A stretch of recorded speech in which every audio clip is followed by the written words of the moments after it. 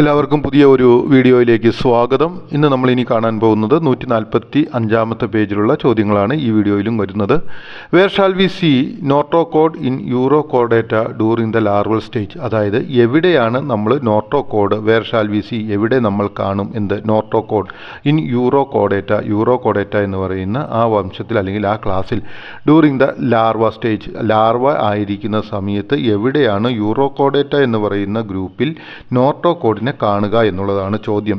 മനസ്സിലായെന്ന് തോന്നുന്നു. അപ്പോൾ അതിൻ്റെ ഉത്തരം എങ്ങനെയാണ്? In the sub phylum urochordata, അതായത് സബ് ഫൈലമായിരിക്കുന്ന യൂറോകോഡേറ്റയിൽ the notochord is restricted only to the tail region during the larval stage. അതായത് ഈ സബ് ഫൈലം ആയിരിക്കുന്ന അല്ലെങ്കിൽ സബ് ഗ്രൂപ്പ് ആയിരിക്കുന്ന യൂറോകോഡേറ്റയിൽ നോട്ടോകോഡ് എന്ന് പറയുന്ന ആ പുറത്തുള്ള ആ ദണ്ട് പോലെയുള്ള ആ അസ്ഥിഭാഗം റെസ്ട്രിക്റ്റഡ്, അത് വളരെ ഉള്ള സ്ഥലം എന്താണ് പറഞ്ഞിരുന്നത്, ക്രമീകരിച്ചിരിക്കുന്നത് ദ ടെയിൽ റീജിയൻ, അതായത് വാലിൻ്റെ ടെയിൽ എന്ന് വെച്ചാൽ വാൽ എന്നാണ്, ടെയിൽ റീജിയൻ അതായത് വാലുള്ള ഭാഗത്താണ് ഡ്യൂറിങ് ദ ലാർവ സ്റ്റേജ്, അത് ലാർവ സ്റ്റേജിലാണ് കാണപ്പെടുന്നത്. ഓക്കെ, അടുത്തതായിട്ട് നമ്മളോട് ചോദിച്ചിരിക്കുന്നത് വാട്ട് ഈസ് യൂറോകോഡേറ്റ, എന്താകുന്നു യൂറോകോഡേറ്റ എന്നുള്ളതാണ് ചോദിച്ചിരിക്കുന്നത്. അപ്പോൾ നമ്മൾ അതിന് ഉത്തരം നമ്മൾ എത്തേണ്ടത് ഇങ്ങനെയാണ്.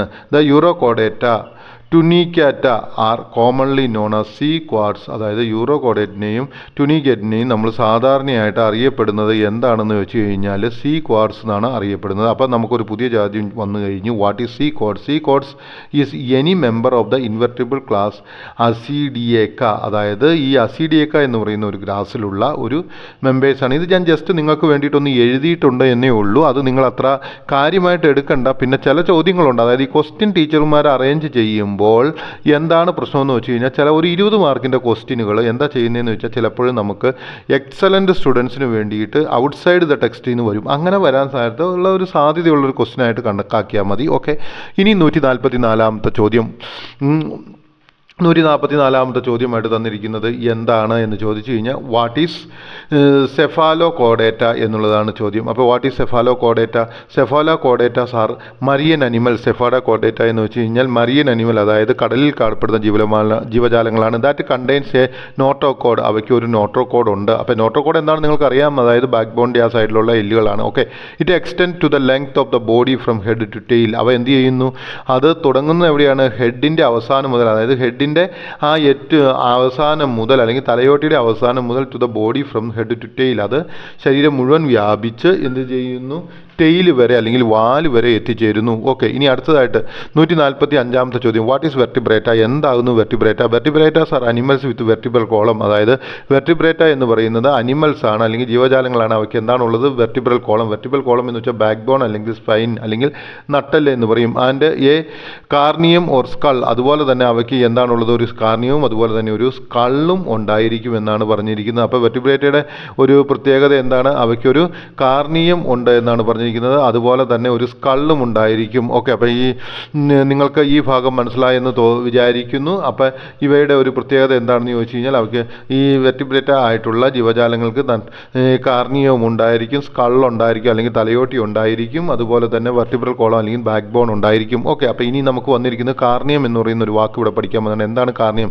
The cranium is the protecting cover of the brain. അതായത് ബ്രെയിനിനെ കവർ ചെയ്യുന്ന ഒരു ആവരണത്തിന് പറയുന്ന പേരാണ് കാർണിയം എന്ന് പറയുന്നത്. ഓക്കെ, ഇനി 147 ചോദ്യം. What is the speciality of notochord in organism including the sub phylum cephalochordata? അതായത് നമ്മളോട് ചോദിച്ചിരിക്കുന്നത് എന്താണെന്ന് ചോദിച്ചാൽ what is the speciality of notochord? എന്താകുന്നു നോട്ടോകോഡിൻ്റെ സ്പെഷ്യാലിറ്റി? ഏത് organism included in sub phylum? അതായത് സബ് ഫൈലം എന്ന് പറയുന്ന ആ ഗ്രൂപ്പിൽ അകത്തുള്ള സെഫാലോകോഡേറ്റയുടെ നോട്ടോകോഡിൻ്റെ പ്രത്യേകത എന്താണ് എന്നാണ് നമ്മളോട് ചോദിച്ചിരിക്കുന്നത്. ഓക്കെ, അപ്പോൾ നമുക്ക് അതിന് ഉത്തരം എഴുതാം. Organism included in the sub phylum cephalochordata. അതായത് ഓർഗാനിസം സെഫാലോകോഡേറ്റയിൽ ഉൾപ്പെട്ടിരിക്കുന്ന ജീവജാലങ്ങൾക്ക് the notochord extend as a rod like structure from head to tail. അതായത് നോട്ടോകോഡ് ഹെഡ് മുതൽ ടെയിൽ വരെ പോകുന്നു. It remains till the end of life. എന്നിട്ട് മറ്റൊരു പ്രത്യേകത എന്താണെന്ന് വെച്ചാൽ ഈ നോട്ടോകോഡ് ജീവിതത്തിൻ്റെ അവസാനം വരെ അത് നിലനിൽക്കുകയും ചെയ്യുന്നു. അപ്പോൾ അത്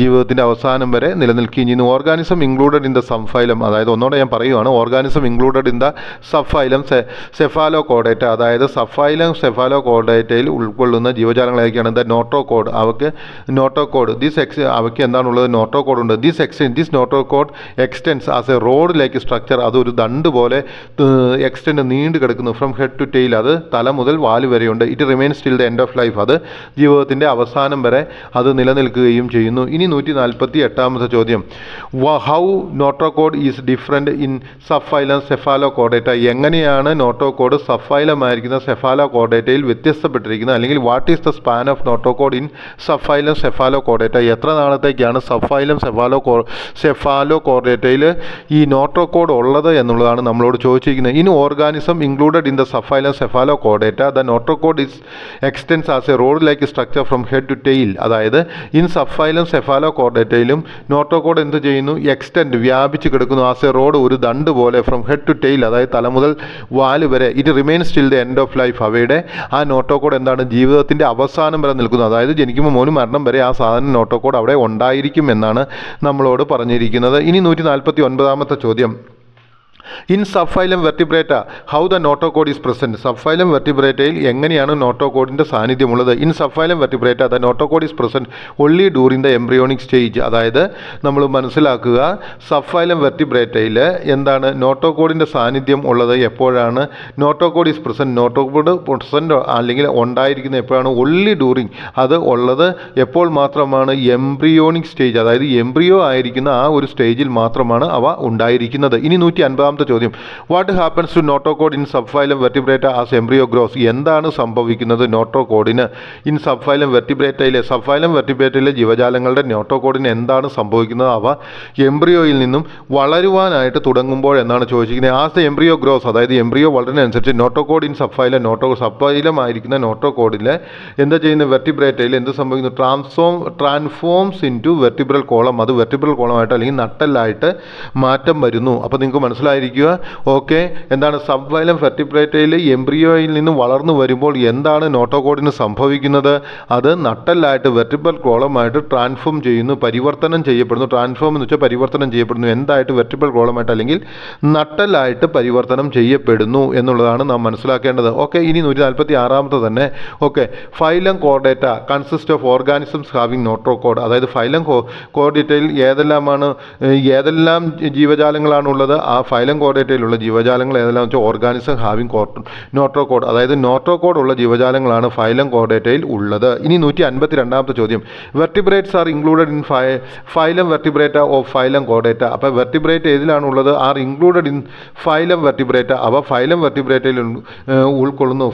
എന്താണ് പറയുന്നത്? Vertebrate are included in sub phylum vertebrata of phylum chordata, അപ്പോൾ വെർട്ടിബ്രേറ്റ് ഏത് ഗ്രൂപ്പിലാണ് ഉൾപ്പെടുന്നത്? വെർട്ടിബ്രേറ്റ് ഉൾപ്പെടുന്നത് are included in sub phylum vertebrata, അതായത് സബ് ഫൈലം വെർട്ടിബ്രേറ്റയിലെ, അതായത് സബ് ഗ്രൂപ്പായ വെർട്ടിബ്രേറ്റയിലെ ഫൈലം കോർഡേറ്റ എന്ന് പറയുന്ന ഗ്രൂപ്പിലാണ് വെർട്ടിബ്രേറ്റ് ഉൾപ്പെടുന്നത്. ഓക്കെ, ഇനി 153ാമത്തെ ചോദ്യം, the sub class included in the super class species having fins are chondrichthyes അല്ലെങ്കിൽ കാർട്രിജസ് ഫിഷസ് എന്ന് പറയുന്നു, ആൻഡ് ഓസ്റ്റിറ്റേസിസ് അതായത് ബോണി ഫിഷ് എന്നും പറയുന്നു. അതായത് എല്ലുള്ളതും അതുപോലെ തന്നെ തരുണാസ്ഥി ഉള്ളതുമായിട്ടുള്ള ജീവജാലങ്ങളെയാണ് ഇതിനകത്ത് നമ്മൾ പറയുന്നത് എന്നാണ് നമ്മൾ മനസ്സിലാക്കേണ്ടത്. അപ്പോൾ നമ്മളൊരു കാര്യം മനസ്സിലാക്കുക, സബ്ഫൈലം അതായത് സൂപ്പർ ക്ലാസ് ആയ സ്പീസീസിൽ ഉള്ള ജീവജാലങ്ങൾ ഏതെല്ലാമാണ് എന്ന് ചോദിച്ചു കഴിഞ്ഞാൽ അത് ബോൺസ് ഏതൊക്കെയാണ്? കോൺട്രിറ്റിക്സ് ഉള്ളതും അതുപോലെ തന്നെ ഓസ്റ്റിറ്റിക്സ് അതായത് അസ്ഥിയുള്ള മത്സ്യവും തരുണാസ്ഥിയുള്ള മത്സ്യവുമാണ് അതിനകത്ത് ഉൾപ്പെടുന്നത് എന്നാണ് നമ്മൾ മനസ്സിലാക്കേണ്ടത്. അപ്പോൾ കാർട്ടിലീജിയസ് എന്ന് വെച്ചാൽ തരുണാസ്ഥി എന്നും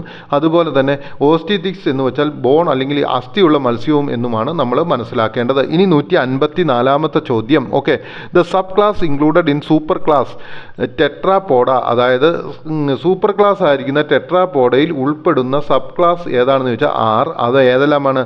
ആംഫീബിയ അതായത് ആംഫീബിയ എന്ന് വെച്ച് കഴിഞ്ഞാൽ ഏതാണ്? ഉഭയജീവികൾ എന്ന് പറയും. ഉഭയജീവികൾ എന്ന് വെച്ച് കഴിഞ്ഞാൽ എന്താണ്? ജലത്തിലും അതുപോലെ തന്നെ ഈ പറയുന്നത് പോലെ ജലത്തിൽ ജീവിക്കും, അതുപോലെ തന്നെ കരയിലും ജീവിക്കും. റെപ്റ്റാലിയ എന്ന് വെച്ച് കഴിഞ്ഞാൽ എന്താണ്?